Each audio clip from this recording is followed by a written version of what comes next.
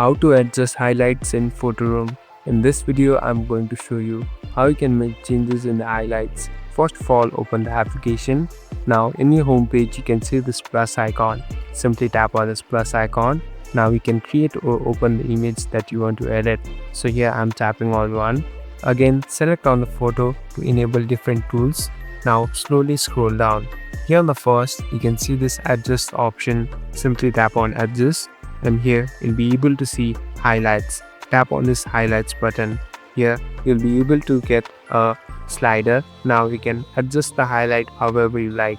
So it is a different form. So you can adjust and select the position that you want to change into and simply tap on done.